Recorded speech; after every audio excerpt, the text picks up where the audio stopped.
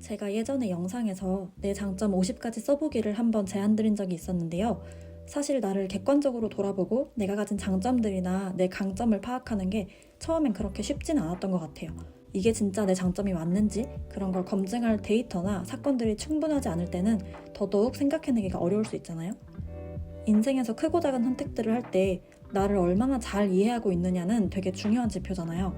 나에 대해 잘 알아야 작게는 오늘 어디서 밥을 먹을지, 여행은 어디로 갈지, 어떤 종류의 운동을 할지부터 시작해서 어느 환경에서 어떤 일을 하면서 살아갈지, 어떤 사람들과 좀 더 잘 맞는지, 어떤 방향성을 갖고 살아갈지, 그런 전반적인 모든 문제들에 대한 결정도 잘 내릴 수 있다고 생각하거든요. 하지만 나라는 개인의 특성을 잘 살리지 못하는 환경에서 너무 오래 지내다 보면 내가 어떤 타고난 기질과 강점을 가졌는지가 좀 희미해지기도 하는 것 같아요. 혹시 네모의 꿈이라는 노래 아시나요? 저 이 노래 멜로디도 너무 귀엽고 가사도 귀여워서 좋아했었는데 가사를 곰곰이 생각해보면 진짜 온통 네모난 것들 사이에 둘러싸인 아이의 모습이 그려지더라고요.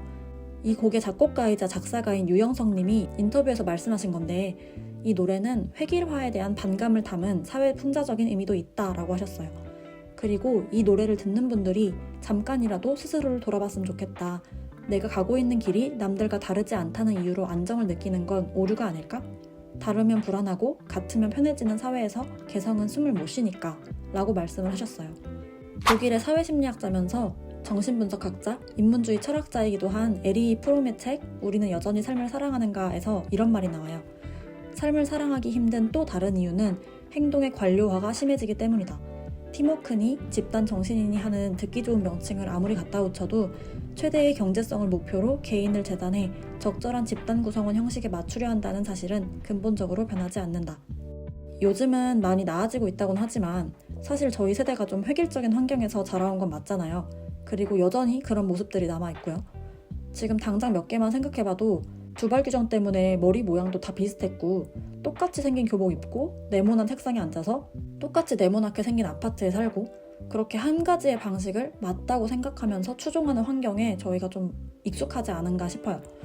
건축가이신 유현중 교수님도 우리가 다양성을 인정하지 않는 사회다라고 말씀하셨던 바가 있는데 이렇게 된 여러 가지 이유 중에 주범으로 학교 건축을 꼬집으셨어요.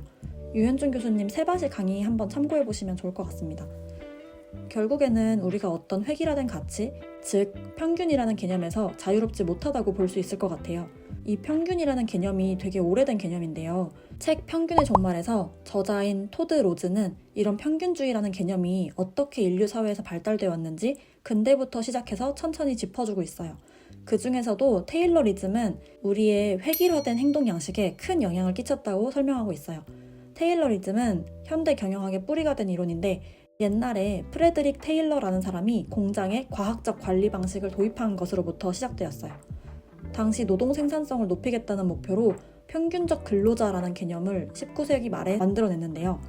조직을 표준화하고 효율적이고 생산적으로 만들어 나간 거죠. 작업 속도를 높이기 위해 시간을 재서 개개인의 생산성을 평가하고 목표 생산량을 달성한 노동자에게는 더 많은 임금을 지급하는 인센티브 제도를 도입하고 또 업무를 분업화해서 한 사람이 한 가지 일만 집중적으로 하도록 만들고 또 조직계층을 나눠서 관리자와 근로자를 나누고 근로자는 그 지시에 일방적으로 따르도록 만든 거죠. 찰리 채플린도 모던 타임즈라는 1936년 코미디 영화에서 이 테일러리즘을 강하게 비판했어요.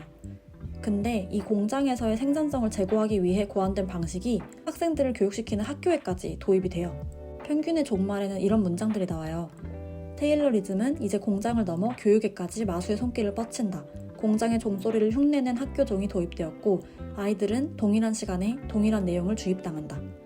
우리 아이들은 초등학교 저학년 때부터 평균적 학생에 맞춰 설계된 표준화 교육 커리큘럼상의 수행력에 따라 분류된다.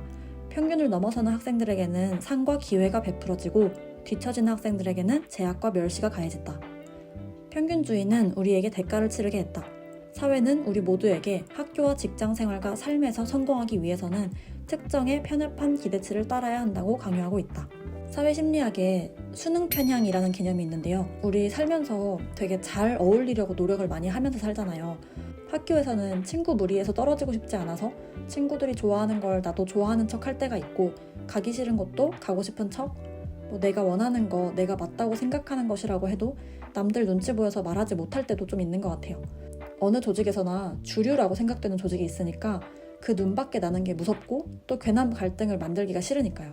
그리고 남들과 다르다는 것이 어떻게 보면 미움받기 쉬운 포지션이라고 생각하다 보니까 그냥 모두의 요구를 두루두루 만족시키면서 모나지 않게 살아가려는 경향이 좀 있는 것 같아요. 어떨 때는 개성이 너무 강하면 그걸로 혼나기도 하니까 튀지 않으려고 내 색깔을 죽이기도 하고요. 이 수능 편향이라는 건 어떤 것에 개인적으로 동의하지 않더라도 그룹으로부터 받아들여지고 소속감을 느끼고 싶어서 자기 행동이나 신념을 조정하는 것을 뜻하는 말이에요. 저도 이런 수능 편향에 어찌 보면 참 취약했던 것 같아요. 서론이 좀 길었는데 스스로가 내 색깔을 잃어간다라는 생각이 든다면 우리를 둘러싼 환경과 역사도 분명히 큰 영향을 끼쳤다는 점을 한번 짚고 넘어가고 싶었고요. 저희를 둘러싼 환경이 이런 특성이 있다고 하더라도 무엇보다 나의 가장 친한 친구는 나 자신이어야 하잖아요. 나에 대해 더 잘 알고 이해할수록 인생이 더 풍성해진다고 생각해요. 우리 개개인은 다 이 세상에 하나밖에 없는 유일무이한 존재인데 나라는 사람의 특별함을 스스로 인지하고 또 아껴둘 수 있는 건 나밖에 없잖아요. 그래서 제가 저 자신에 대해서 깊이 이해하고 배울 수 있도록 도움을 줬던 3가지 방법이 있는데 오늘은 이걸 한번 공유해보고 싶어요. 일단 첫 번째는 TCI 기질 및 성격 검사라는 건데요. TCI 검사는 사람들의 기질과 성격을 분석해서 각각의 특징과 상호작용을 이해하는 데 도움을 주는 심리학적 평가 도구예요.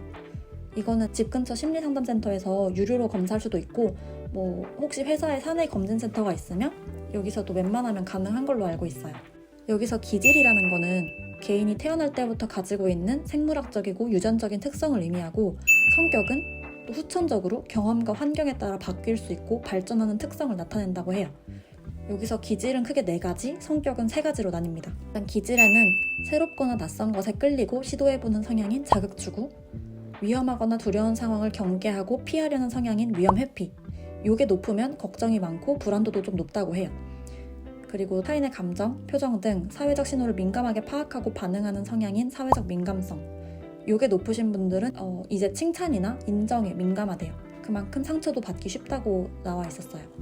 그리고 마지막으로 보상이 곧바로 주어지지 않아도 행동을 꾸준히 지속하려는 성향인 인내력이 있대요. 반면에 성격에는 3가지 종류가 있는데 자신이 선택한 목표와 가치를 인지하고 이를 달성하기 위해 자기 자신을 조절하는 특성인 자율성, 요거는 이제 자기를 얼마나 잘 이해하고 있는지에 대한 척도라고 나와 있었고 타인과의 관계 속에서 자신을 지각하고 다른 사람과 조화롭게 지내는 특성인 연대감, 요거는 이제 자기와 타인과의 관계를 나타내요. 그리고 마지막으로 우주 만물과 자연 속에서 자신을 지각하고 일체감을 느끼는 특성인 자기 초월이 있어요. 자기 초월이 낮으면 좀 현실적인 사람이라고 보고 이게 높으면 좀 더 이상적인 사람에 가깝다고 생각을 하는 것 같아요. 이 기질과 성격들은 또 각각 4-5개 정도의 하위 척도로 나뉘는데요. 예를 들어서 위험 회피 같은 경우에는 예기불안, 불확실성에 대한 두려움, 낯선 사람에 대한 수줍음, 그리고 쉽게 지침 등 4개의 하위 척도로도 나뉘더라고요. 그러면 내가 위험을 피하고 싶어하는 성향이 사람과의 대면을 힘들어하는 건지 아니면 아직 벌어지지 않은 상황에 대한 불안이 큰 건지 이런 걸 좀 더 구분해서 파악할 수 있는 것 같아요. 그래서 검사를 하고 나면 아, 이래서 내가 이랬구나 하는 내 행동에 대한 이해도가 좀 높아지는 근거가 생기더라고요. 예를 들면 저 같은 경우에는 자극 추구가 좀 높게 나왔는데 그러면 뭔가 계속 끊임없이 단순하게 반복되는 일에 좀 더 지치기가 쉽고 힘들어하는 경향일 수 있는 거잖아요. 이런 기질을 이해하고 또 실제로도 내가 그렇게 느꼈다라고 한다면 제가 저 스스로한테 짜잘한 자극거리를 제공해주면서 이 기질을 좀 관리할 수 있는 것 같아요. 간간히 한 번도 안 가본 카페를 가본다던가 아니면 새로운 친구를 사귄다던가 한 번도 안 해본 방식으로 여행을 해본다던가 처음 들어보는 가수의 노래를 듣는다던가 새로운 걸 배운다던가 하는 식으로 그런 자극들에 좀 의식적으로 노출을 해주는 것도 스스로를 더 잘 이해할 때 좀 더 잘하게 되는 것 같아요. 반대로 만약에 위험 회피 기질이 높은 사람이라면 뭔가 스스로 엄청 불안해하고 걱정하는 부분에 대해서 너무 심하게 몰아붙인다거나 그러지 않을 수 있겠죠. 아, 지금 내가 걱정이 너무 많구나. 이 상황이 벌어지기도 전에 앞서서 너무 최악의 상황까지 걱정하고 불안해하는구나. 이해를 먼저 하고 나면 그 다음에는 이 걱정과 불안이 왜 비이성적인 것이고 과도한 것인지 스스로 알아나가는 연습을 해볼 수도 있겠죠. 특히 이 검사에서 가장 중요한 부분은 자율성과 연대감을 합친 성격 성숙도라는 항목인데요.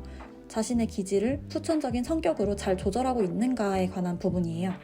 요지는 자신이 선천적으로 어느 정도 가지고 태어난 이 기질을 온전하게 수용할 줄 알아야 나와의 건강한 관계를 맺을 수 있다는 거예요. 만약에 아이가 위험 회피적 기질이 강한데 부모가 그걸 잘 모르고 자꾸만 왜 집에만 있냐, 밖으로 나가서 도전을 하라 이런 식으로 부추기고 답답해하고 그러면 오히려 아이의 성격 성숙도 점수가 낮아지게 되고 더 경직된 사람으로 크는 부작용이 생길 수도 있다고 해요. 이런 식으로 자신의 기질과 성격을 이해하는 데 매우 도움이 되고, 또 넓게는 가족이나 친구들 간에도 기질이 많이 다를 수 있기 때문에 서로를 이해하는 수단으로 사용해보기 되게 좋은 것 같아요.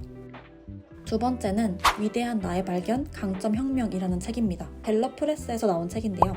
자신의 강점을 제대로 발휘하면서 살자는 게 이 책의 요지예요. 책의 초반에 이런 말이 나와요. 자신의 강점을 내가 가진 가장 큰 자산으로 생각해라. 사람은 오직 강점을 통해서만 성과를 거둘 수 있다. 자신이 전혀 갖지 못한 재능은 물론이거니와 약점을 토대로 성과를 낼 수 있는 사람은 아무도 없다. 성공하려면 먼저 자신이 어떤 사람인지 알아야 한다. 나는 무엇을 잘하는가? 내가 가진 강점을 잘 발휘하려면 어떤 분야를 배우는 것이 좋겠는가? 책에서 소개하는 강점은 총 34가지가 있는데요. 책을 사면 앞장에 검사할 수 있는 코드가 있어요.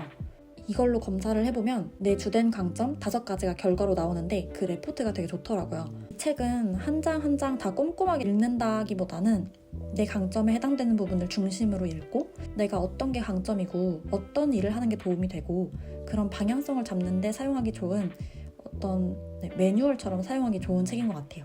혹시나 책을 빌려서 읽느라 검사 코드가 없다고 하셔도 강점의 종류에는 어떤 게 있고 나는 어떤 게 내 강점인 것 같다 하는 식으로 개념을 잡고 가는 용도로도 좋은 것 같아요.